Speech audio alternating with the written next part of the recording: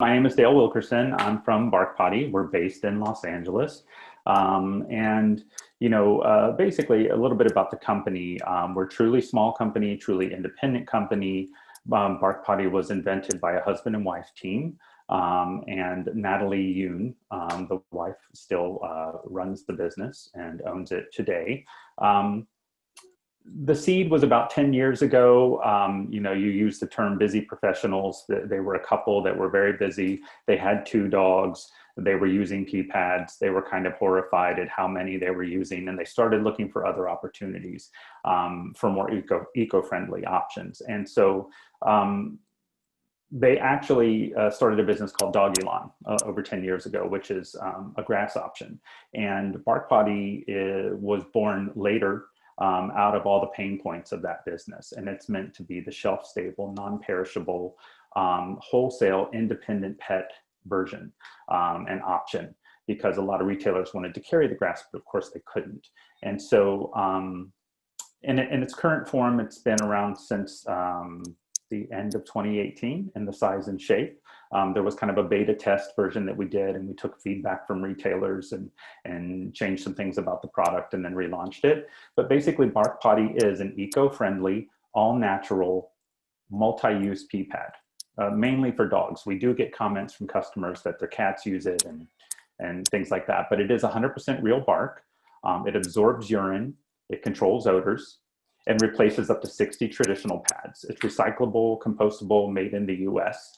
And the wood that we use, we don't cut down trees for it, of course. It's a byproduct that comes from wood manufacturing in the Pacific Northwest from a environmentally certified redwood and Douglas fir lumber company.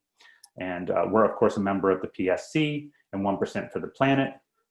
We donate 1% of our sales to One Tree Planted to kind of bring everything full circle. And we're just very focused on making Potty the most eco-friendly waste management option on the market. So we'll continue to develop it and change it and grow it as we grow. I started this company a number of years back with exactly the same philosophy and exactly the same requirements. And it's Choose Happiness. So I'm Tabor White, and CEO and founder of Choose Happiness.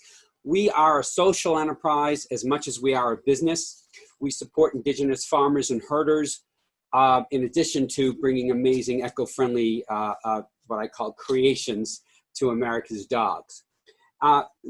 Sustainability has always been at the forefront of our product development efforts and as well as our operations.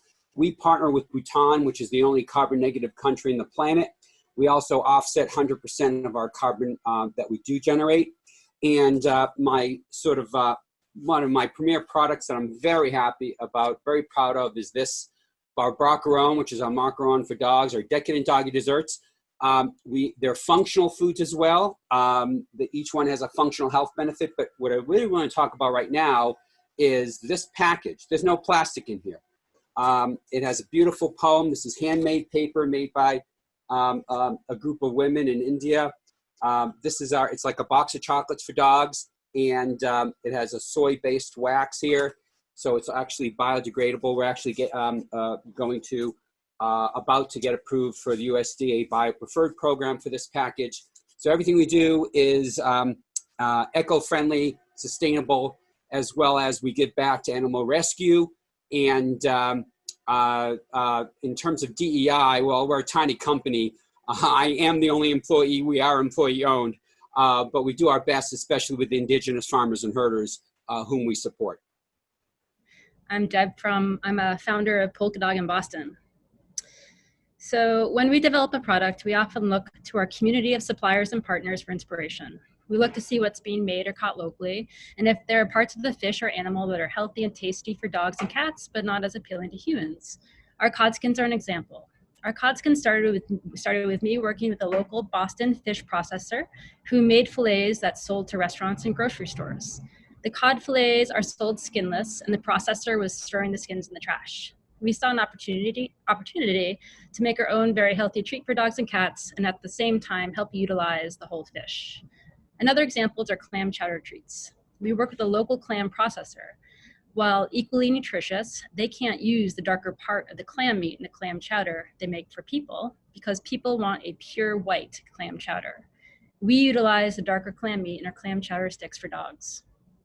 Beyond just our ingredients, we see these relationships with our suppliers as partnerships and part of our community. In the same way, we see our relationships with our employees as part of our community and our customers and retailers as part of our community.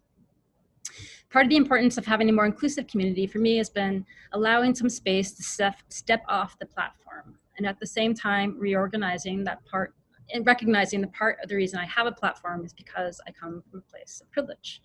To find something that is sustainable, you need to listen to other voices. At work, we had a third-party organization come in, JVS, and they performed a workplace needs analysis of our business. They interviewed and assessed our employees and asked them their level of satisfaction with their jobs and what they would find beneficial in the workplace.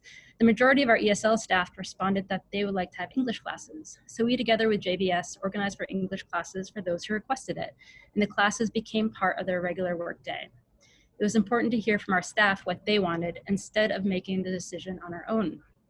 More listening has been important for us as business owners, especially this year as we even more fully recognize our own privilege and shortcomings.